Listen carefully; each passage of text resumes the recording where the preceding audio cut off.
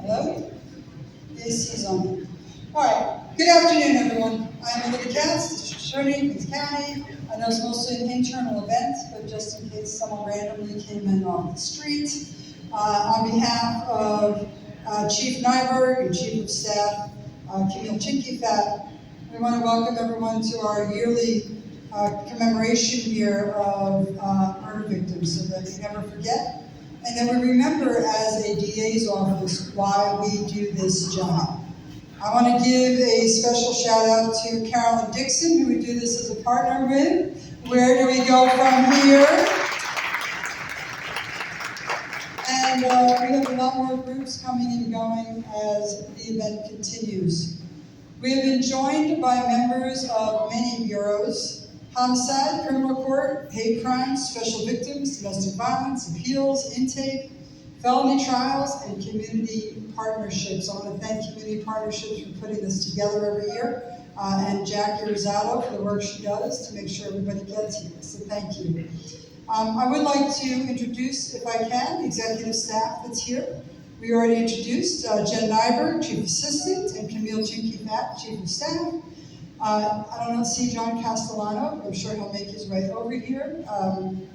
Counsel to the DA, Colleen Babb, Executive ADA over Community Partnerships, Jerry Braves, Executive over Investigations, Vinnie Carroll is Counsel to the Chief Assistant, Dan Saunders is Executive over Major Crimes, Janet Trail, Executive over Appeals and Special Litigation, Vishal Yaakov is the Executive over Supreme Court Trial Division, Teresa Shanahan, I believe this is your first event here with us, only a few months in our office, Executive over Criminal Practice and Policy, and Tom Conforti, Chief Investigator. I don't know if he's here. But today, today is about honoring the victims and making sure families know that we are still here. It is the crux of our job. It is what we do. And at the same time that we talk about bringing fairness in the criminal justice system and equity in our court systems, we never, ever have to forget, we never can forget, that what we do is about finding justice for the victims, making sure there is closure for families, and making sure that this office is always there for the victims, even when they cannot speak for themselves. And that is an important part of why we continue to get together every single year.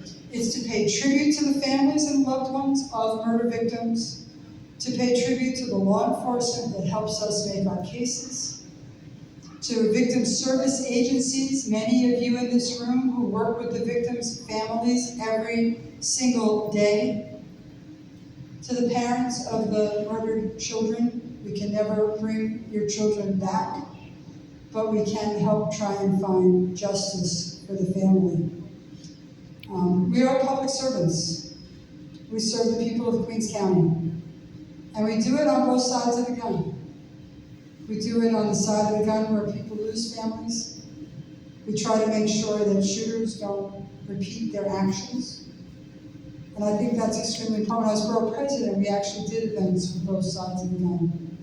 And it's a way to help reduce recidivism in the community.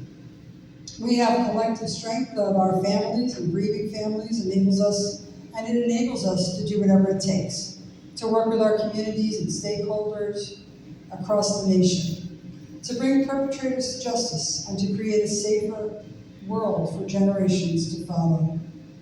Through the pandemic, we've done the work. We've gone after gun traffickers. We've gone after those that will traffic people for their own gain. We've gone after drivers of crime. We've gone after drivers of violent crime. We have arrested and gone after those that bring guns in from the south and bring them up the Iron Pipeline to sell them to our children here in Queens County. We've done the work, and we all did it through the pandemic. We all did it through every challenge that these last few years have given us. We were there.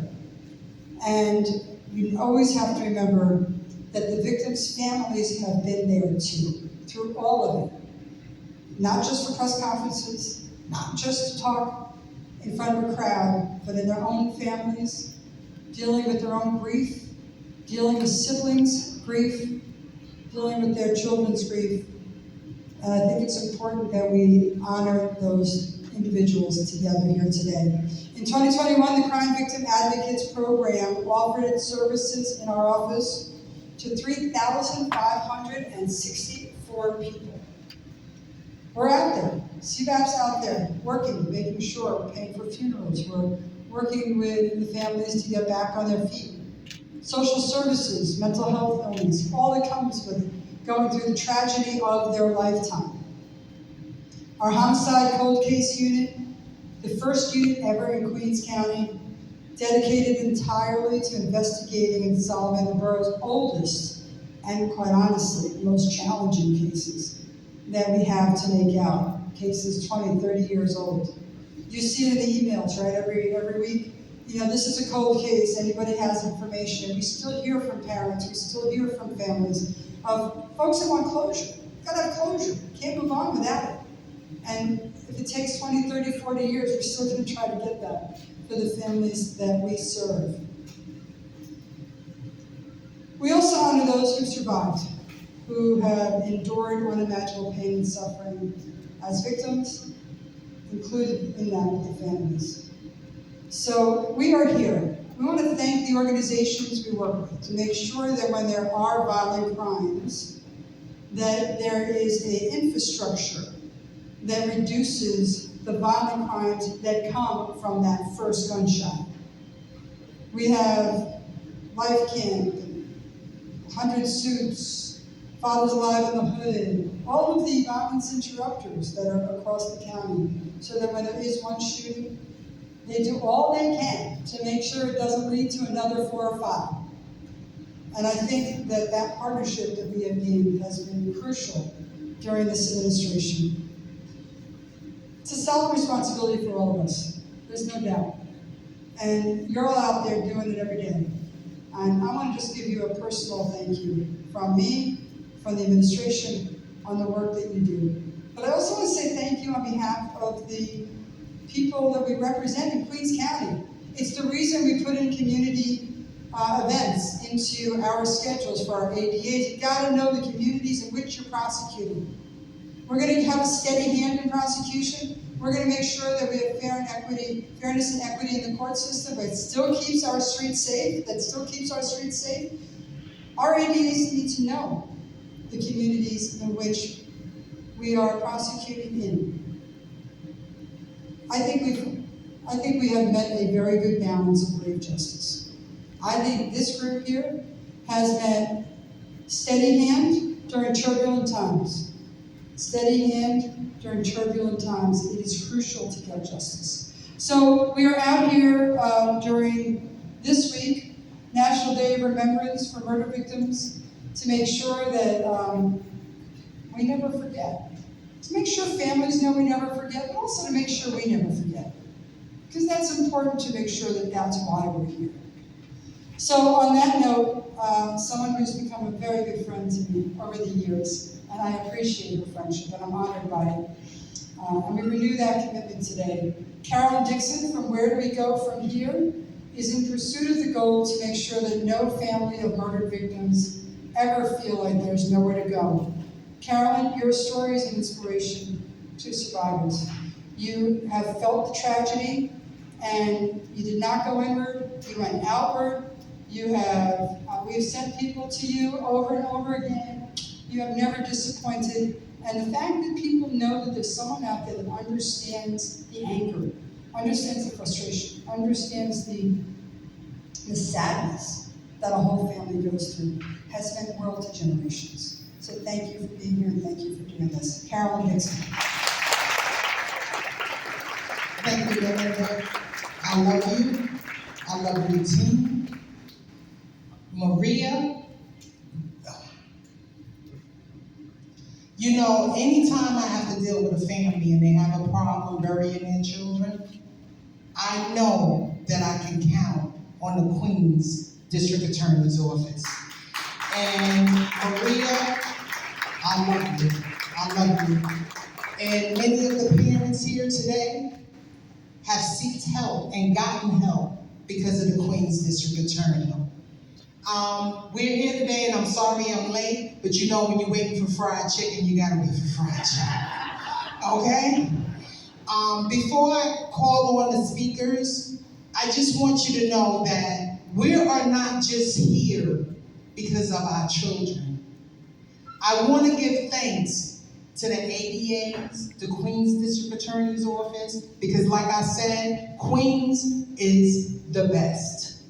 I have never heard of a problem from a survivor when it comes from the Queens borough.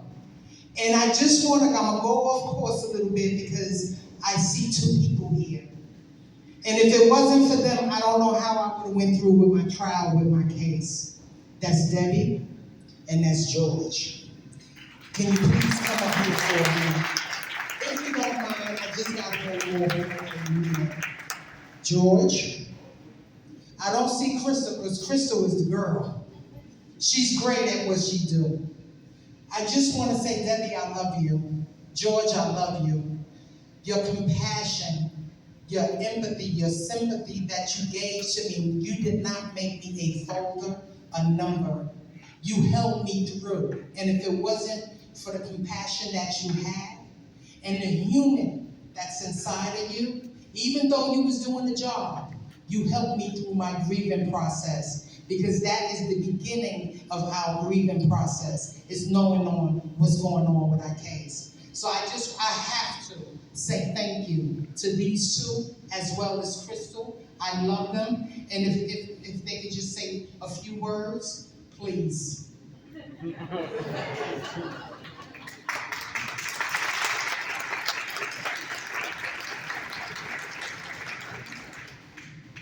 was unexpected.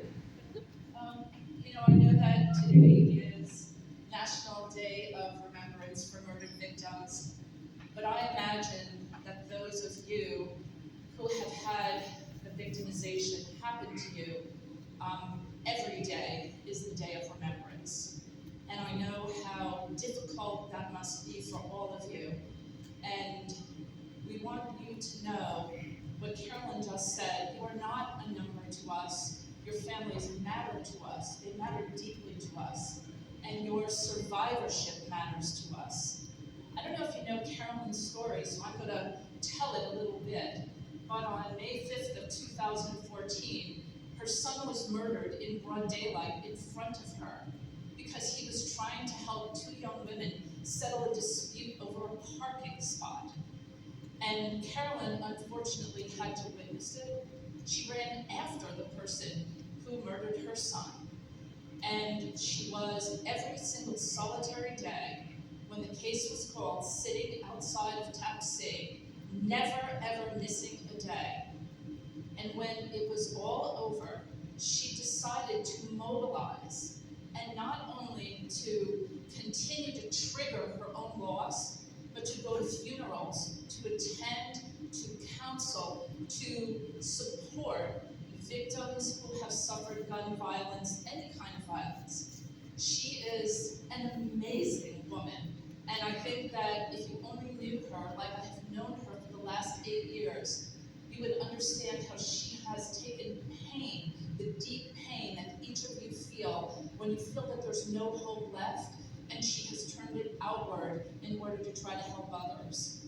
The other thing that I want to mention is that District Attorney Melinda Katz has made it her initiative to support victims, to care so deeply about her community. She went from being borough president to district attorney, but she did not leave her community behind.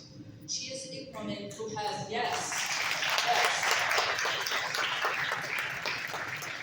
she has made it her mission to eradicate gun violence. She is a force to be reckoned with.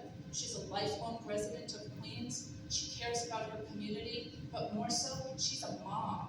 And she knows, she is in your shoes and knows when you send your children out every single day, she wants this community to be safe, and she wants to care for you so that this community can be the best it possibly can be. So I ask all of you to support both Carolyn, support District Attorney Katz, all the work that they have done to try to bring justice to Queens in the fairest way, but to help those of you who are survivors. And I want to say, as woefully inadequate as it sounds, my deepest, deepest condolences to each of you who have suffered such a loss. And I only pray for you that the day that you are able to reconcile with your angels in heaven is something you look forward to. But in the meantime, I wish you comfort, I wish you peace, and we thank you for allowing us to serve you, because that is our job, it is our mission, and we are grateful to you. So God bless Carolyn, God bless our district attorney and our office, and God bless all of you, and thank you so much for your support.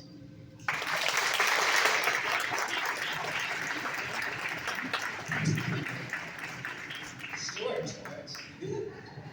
Thank you all for that time. I haven't seen her in years, but I get my phone calls every Memorial Day that my son was murdered, his birthday, and Christmas.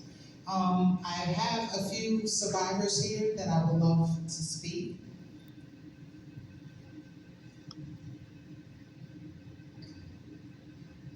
I have Sharon Plummer.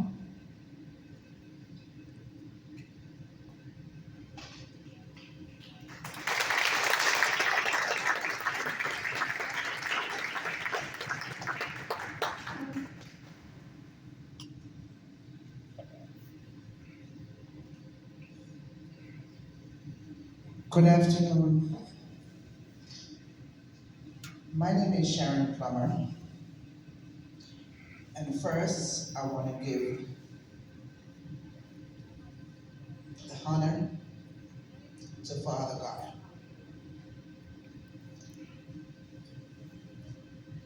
I am a victim, two-time victim. My two sons was murdered in Far Rockaway, Sean Plummer and Michelle Plummer. I just want to say, Miss Gat, I met you a couple years ago, and we spoke for a brief moment. You encouraged me, but I was going through my own dilemma at the time. I wasn't focused. I was dealing with the death of my son. I have to give you the honor today. Reason for it, about a year ago, the detective that's on my case called me.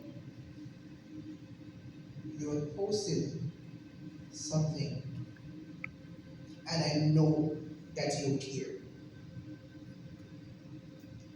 Miss Dixon, I can't ask where we go from here, because you opened the door for me. Sean was murdered Friday, July 13th, a month after his 18th birthday in Far Rockaway, riding his bicycle, minding his own. And Sean was also murdered 3 years after. The earthliest thing for today, for me, is I am here, and my two sons are across the street by Maple Grove Cemetery. I just want to say thank you for the wonderful work that you all have been doing, and I hope this is not the end for each and every one of us. Thank you.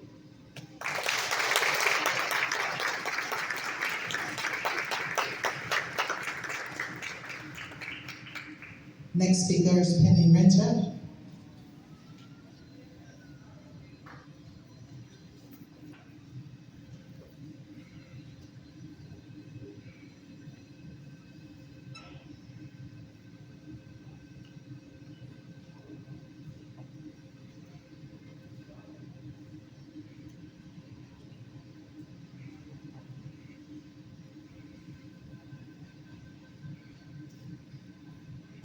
Hi.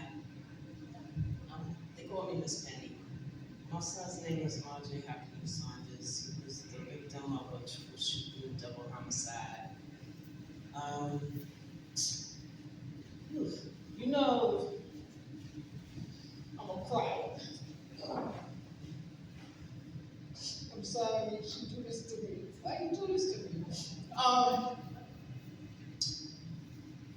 I look around, I see so many mothers hurt. It hurts so bad. My son's case will be 14 years, January 11th. If I don't get an arrest by then, I have no arrest. Every day I wake up and say, God, let this be the day. Let this be the day I get an arrest. Let this be the day I get some justice. The other day I saw a mother. She didn't lose a child, but you know what was crazy? She bought a piece like this, you know, and she has her daughter's picture on it. Who, thank God, is still alive. But for the most of us, when we wear this, it's someone that's passed on. And her daughter got kind of upset with her because she bought a piece like this, and she's still alive. And I was like, wow, what more times we living in that you can't wear a picture of your child without them feeling like they gotta be dead, you know? I mean, Melinda Katz, I appreciate, you know I love you. You know I love you. You know my daughter love you. Starbucks love you. We all love you. And I appreciate all the work you're doing. And, you know, I live in Far Rockaway and I see you've been trying to clean it up. And God knows we hope so. Because, you know, in Rockaway and in a lot of areas, it's like when it's quiet, you get nervous. It's like, oh no, it's too quiet. You know, and it's sad we live like that, but we have a lot of open cases that are still not solved, and we all praying that our cases be solved. And like I said, my son got caught in somebody else's shooting, you know, but God willing, all these cases one day will be solved. And all I can say is to the parents and the families is just hold on and never give up. That's my slogan, never give up. And Ms. Dixon, you know I love you, Boomy. You always put me on the spot, but I love you. All right, thank you, everyone.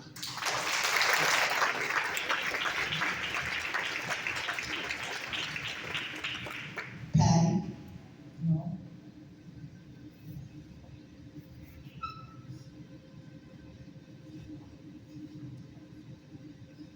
I know this is touching, but these are families and parents whose cases are not solved.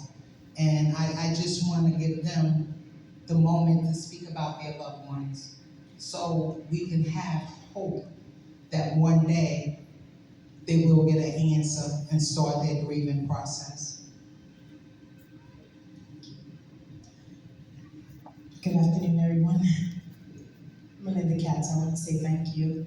I think this is the first time we've met in person. My name is Peggy Herrera. And I didn't even know that you work on this side, so it's an honor to see you on this side, really. My son was murdered July 4th weekend. He was all over the news. He was in a mechanic shop in Queens. And I know that the DAs are working I haven't met them, but I know that they are working very hard on it. The detectives are working very hard on it. And we hope for every case in here to be solved. We really do, because it brings closure. That's what I want. It will never bring our babies back, but I want closure. And so I just want to thank you for the opportunity to be here. And we have a lot of work to do. Thank you. Thank you to Carolyn.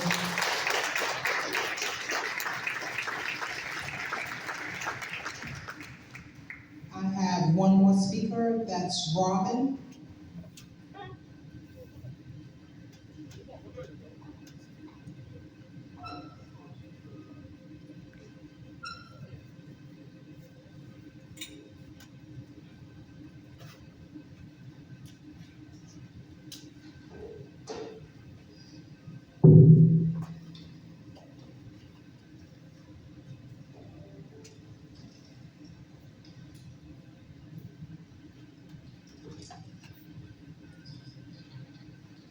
My heart is shattered. Good afternoon, everyone. My name is Robin Williams. My son, Robert DeAndre Williams, was the first murder of New York City, 2021. He would have been 21 the next day. I'm sorry. Yes, he would have been 21 the next day. He's affectionately known as Dre. He was the young man murdered at the Umbrella Hotel, 2 blocks from here. It took his murder to get the hotel closed. This journey that we surviving family members due to violence and, I'm sorry. This journey that we survivors of family members murdered due to gun violence daily is a nightmare. My son was one of the sweetest young men you would ever meet. His handsome face, $1 million smile would light up any room. He was humble, respectful. He was loved by many. He was a star football player for Rosedale Jets and Bayside High School. Truly a blessing. He was one of a kind jewel. To keep his memory alive, his legacy alive, I have Dre Day, the first Saturday in August. I was also able to get a street named after him, June 18th. It's called Dre's Way in Rosedale. I want my baby back. Nothing is right. He was really maturing and coming into his own. Didn't realize how many lives that he touched in a positive way until he passed away. It's so sad that so many of us are losing our children to senseless gun violence, their innocent victims to soulless cowards. We must get and keep these guns off the street. I miss my son so much, my soul hurts. I pray for all of the surviving mothers and fathers to be strong and find peace. They live in our hearts forever, our guardian angels, we miss and love you. The person responsible for my son's murder was indicted October 26th. He's currently incarcerated. Thank you to Ms. Courtney Finney.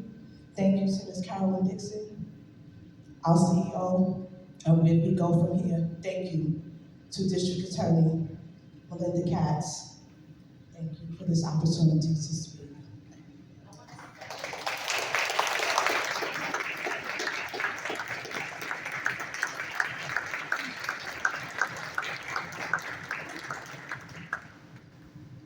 I'm sorry, and I know I'm running off track. Just beat me, you know, just beat me. We have Life Camp in the house, and usually we don't mention the fathers. We always mention mothers. I would like to bring Carl Bishop to say a few words.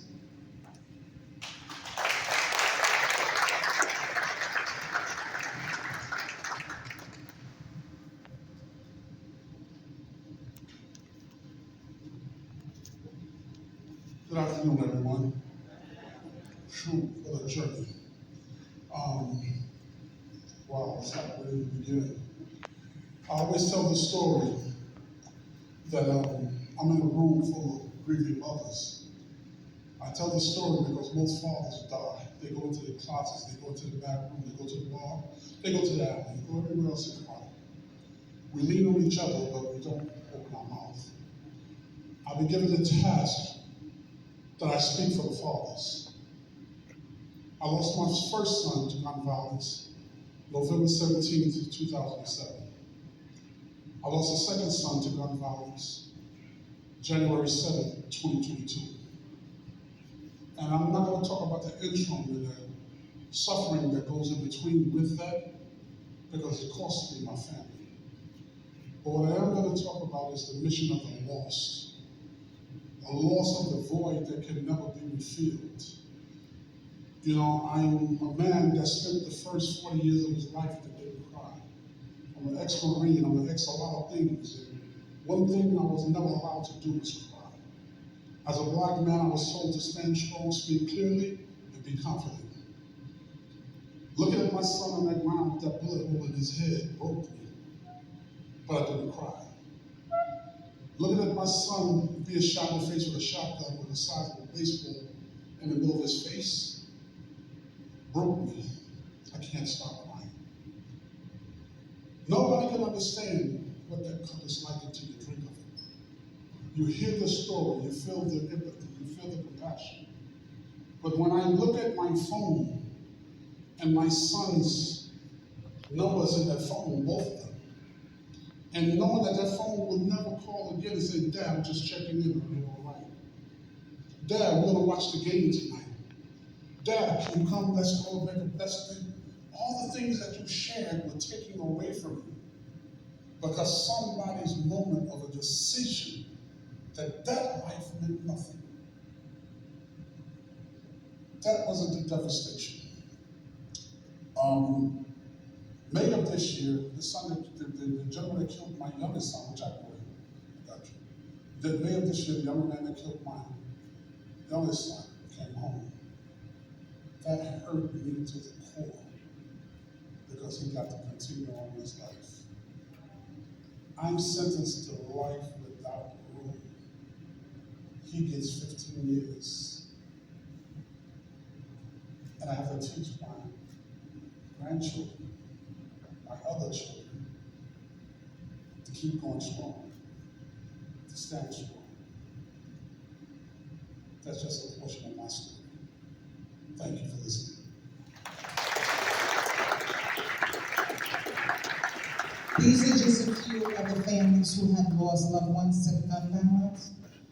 I swear this is it, and then we can eat, okay? I wanna bring up Natasha Marie. What you turning around for, you Marie?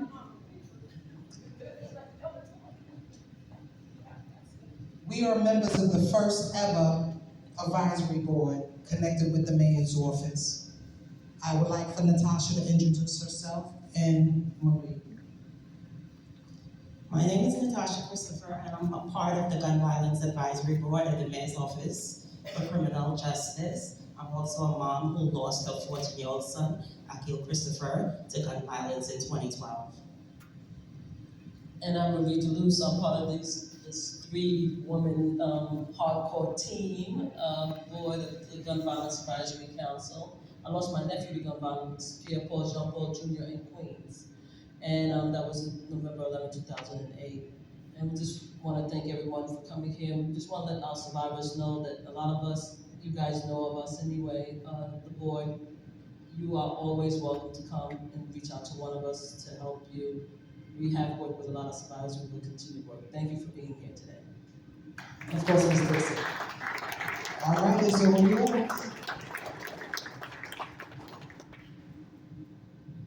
Thank you. So I'm not exactly sure what the next step is, but I think we're doing balloons in a second. But I wanted to just point out, I mentioned Life Camp before they got here, and I know that you brought some folks with you from the organization. So I want to make sure I say it again. We value our relationships with the violence interrupters throughout the borough, with Life Camp, and a bunch of the others that we've worked with, because we always have it on the back end. You know, we're there on the back end. We're there after someone is killed. We're there after someone is attacked. We're there to prosecute those who have to be accountable for their actions. We're also there to help the families. But the violence interrupter groups try to make sure that we never have to come in. And I think that's an important relationship to have. So I want to thank them. Thank you to the survivors for talking. You know, it's funny, I met so many of you through the process over the last few years, and that's part of the reason we opened up the Cold Case Bureau, because many of you spoke to me during the campaigns and during my community events, so I want to thank you for that. I know Ms. Dixon cooked some chicken that we were waiting on to be done, or someone was cooking that we were waiting to be done. Jackie, are we doing balloons or are we doing food first? We're doing balloons, and then we're doing the food. All right, I'm waiting for orders. Yeah.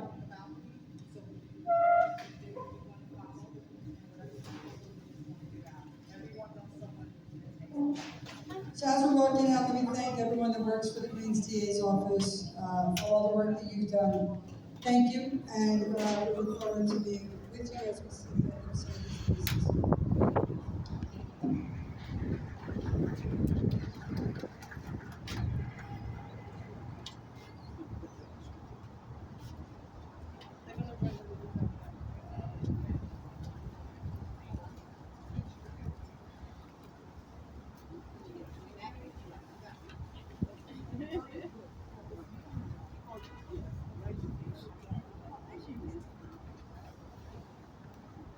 Oh, okay.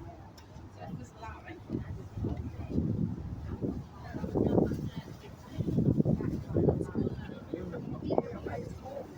You know.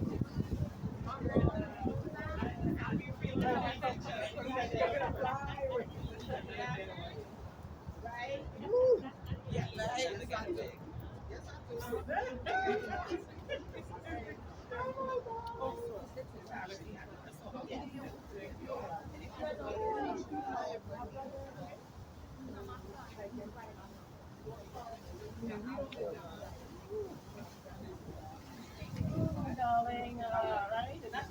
This is how we meet. This is how we meet.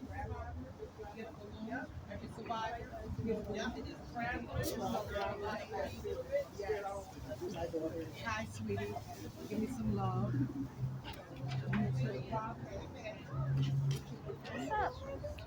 How you doing?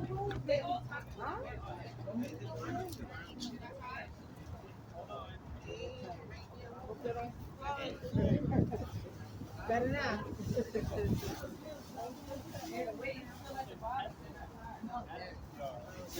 Oh, there's no way to talk? It is, but they got,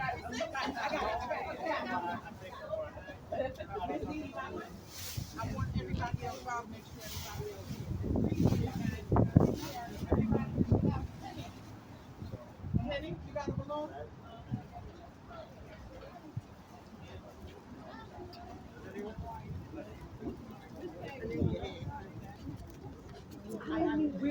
I just didn't know you.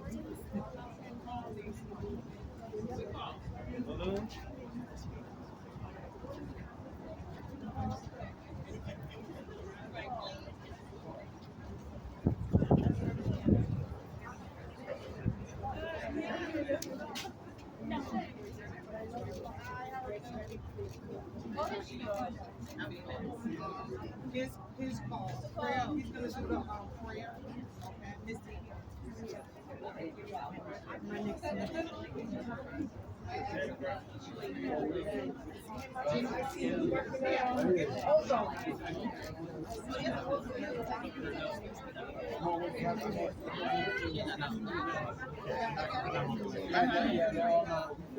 They all not good? No. Anybody else good?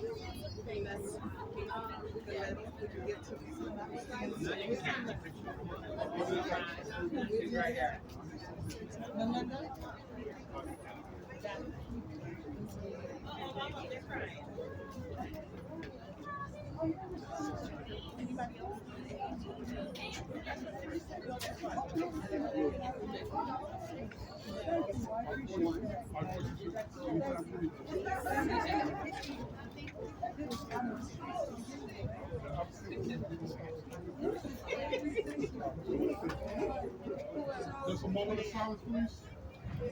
Just a moment of silence, please. Heavenly Father, we give thanks to you for this day. We bless you, Lord, for looking down upon us. We thank you for your peace, your grace, and your mercy. We ask that you continue to touch us, guide us, give us the knowledge, wisdom, and understanding to perceive, to save our babies. Just give it to us. Just give it to us. Impart in us your wisdom, your love, your patience, and most of all, your kindness. We ask this in the most holy name. In Jesus' name, amen. Amen. Let's move out. Ms. Dixon, Miss D, are we releasing them? on the count of 3. Come over this way. No. Can you step up under the awning if you have a balloon? 3, 2, 1. See, stand by.